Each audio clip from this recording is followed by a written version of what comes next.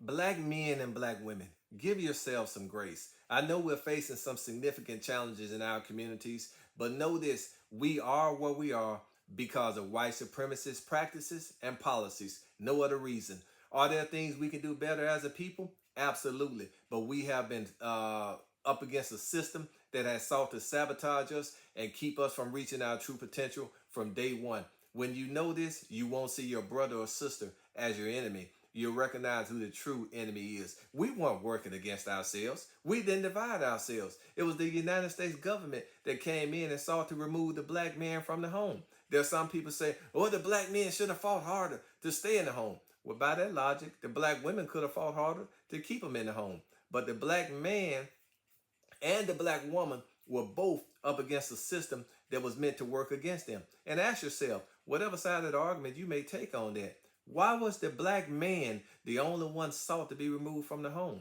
The poor white man, he could stay. The poor Asian man, the poor Hispanic man, they could stay. But in order for the black woman to get public assistance, the man had to be gone. It was a system meant to weaken the black community as a whole, to weaken the families and make sure that black men and black women really didn't have healthy relationships, to weaken us as a community. And it's like one black lady said, the United States government gave the black woman just enough money to say F that Negro.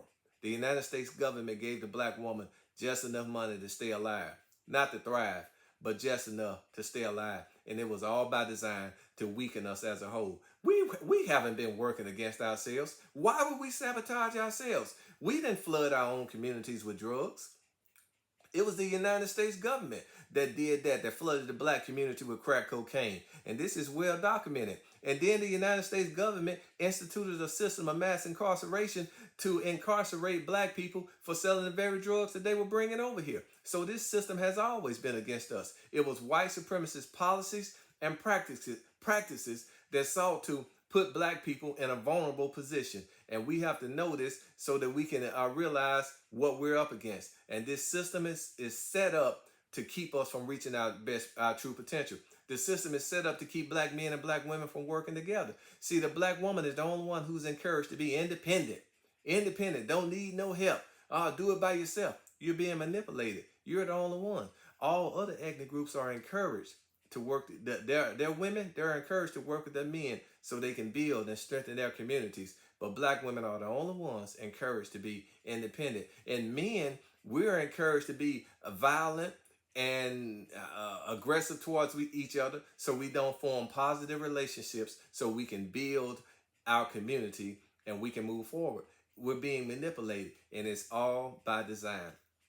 White supremacist policies and practices, and it's meant to weaken us. You know, I'm not even against people, the welfare system, because I grew up on welfare. My mother and father separated when I was young, and mom had 8 kids, and we grew up in that system. But we had a good support system, and we were always encouraged to do better. So black people, we have to recognize what's going on. There's a system that's working against us, and we have to be mindful of that. Everything you see is meant for your destruction. Even your entertainers, they're given to fit an agenda to keep you in a certain mindset. People like Snoop Dogg, who glorify the gang culture and smoking weed, which won't be beneficial for young black men.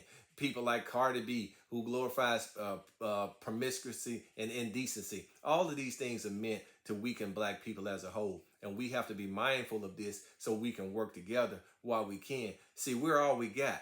Ain't nobody coming to save us. We have to save ourselves, and time is running out. We have to get our act together before we become a permanent underclass, and we have to work together. We're all we got. So remember, the only thing that's really keeping black people down consistently is white supremacist policies and practices. It's not a lack of effort on our part. It's a system that has been working against us to sabotage us and make sure that we don't reach our true potential. So give yourself some grace and be mindful of this and trust God, because God will give you the strength to resist that programming. It's hard to be programmed if you got God on the inside of you. So keep the faith, keep fighting, and remember, we are where we are because of white supremacist practices and policies.